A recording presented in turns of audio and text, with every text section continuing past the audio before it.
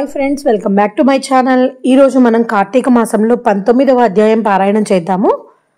నైమిసారణ్యంలో మునులంతా కలిసి చిదానందుని స్తోత్రం చేసిన తరువాత జ్ఞానసిద్ధుడు అనే ఒక మహాయోగి, ఓ దీనబంధవ, వేదవేద్యుడవని, వేదవ్యాసుడవని, అద్వితీయుడవని, సూర్యచంద్రులే నేత్రాలుగా ఉన్న వాడివని, సర్వాంతర్యామివని, బ్రహ్మరుద్ర దేవేంద్రాదులచే సర్వత్రా పూజలందుకునే వాడివని, సర్వాంతర్యామివని, నిత్యుడవని, నిరాకారుడవని, సర్వజనులచే స్తుతింపబడుతున్న ఓ మాధవ, నీకివే మా హృదయపూర్వక నమస్కారాలు. సకల ప్రాణకోటికి ఆధారభూతడవైన ఓ నందనందన, మా స్వాగతం స్వీకరింపుము. నీ దర్శన భాగ్యం వల్ల మేము, మా ఆశ్రమాలు, మా నివాస స్థలాలు అన్ని పవిత్రాలయ్యాయి. ఓ దయామయ, మేము ఈ సంసార బంధం నుండి బయటపడలేకున్నాము. మమ్మల్ని ఉద్ధరింపుము. మానవుడు ఎన్ని పురాణాలు చదివినా, ఎన్ని శాస్త్రాలను విన్నా నీ దివ్య దర్శనం దొరకజాలదు. నీ భక్తులకు మాత్రమే నీవు కనిపిస్తావు. ఓ గజేంద్ర రక్షక, ఉపేంద్ర, శ్రీధర, హృషికేశ, నన్ను కాపాడుము అని మైమరచి స్తోత్రము చేయగా శ్రీహరి చిరునవ్వుతో, జ్ఞానసిద్ధ, నీ స్తోత్ర వచనానికి నేనెంతో సంతోషించాను.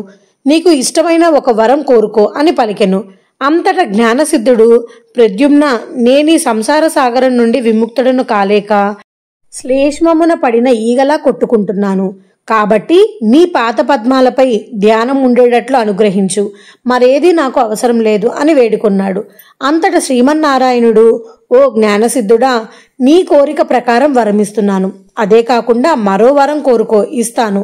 ఈ లోకంలో అనేక మంది దురాచారులై, బుద్ధిహీనులై అనేక పాపకార్యాలు చేస్తున్నారు.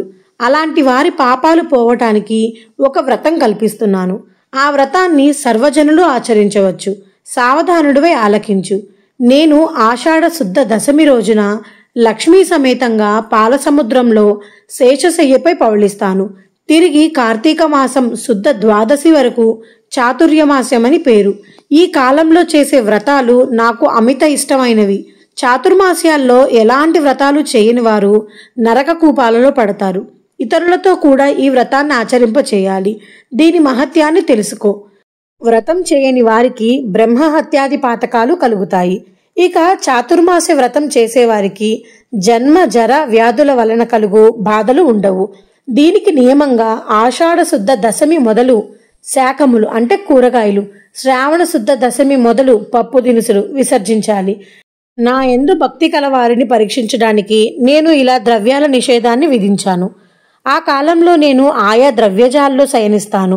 నేను ఇప్పుడు నన్ను స్తుతించిన తీరున త్రిసంధ్యల్లో భక్తి శ్రద్ధలతో పఠించేవారు నా సన్నిధికి నిశ్చయంగా వస్తారు అని శ్రీమన్నారాయణుడు తెలిపాడు. అనంతరం ఆయన మహాలక్ష్మితో కలిసి పాలసముద్రానికి వెళ్లి శేషపాన్పుపై పవలించాడు. తిరిగి వశిష్ఠుడు జనక మహారాజుతో ఇలా అంటున్నాడు. ఓ రాజా, ఈ విధంగా విష్ణుమూర్తి, జ్ఞానసిద్ధుడు మొదలగు మునులకు చాతుర్మాస్య వ్రత మహత్యాన్ని ఉపదేశించాడు. ఈ వృత్తాంతాన్ని అంగీరసుడు ధనలోభుడికి తెలియజేశాడు. నేను నీకు వివరించాను. కాబట్టి ఈ వ్రతాన్ని ఆచరించేందుకు ఎలాంటి స్త్రీ పురుష భేదం లేదు. అన్ని జాతుల వారు ఈ వ్రతాన్ని ఆచరించవచ్చు. శ్రీమన్నారాయణుడి ఉపదేశం ప్రకారం మునిపుంగువులంతా చాతుర్మాస్య వ్రతాన్ని ఆచరించి ధన్యులయ్యారు. అనంతరం వైకుంఠ ప్రాప్తిని పొందారు అని వశిష్ఠులు చెప్పారు.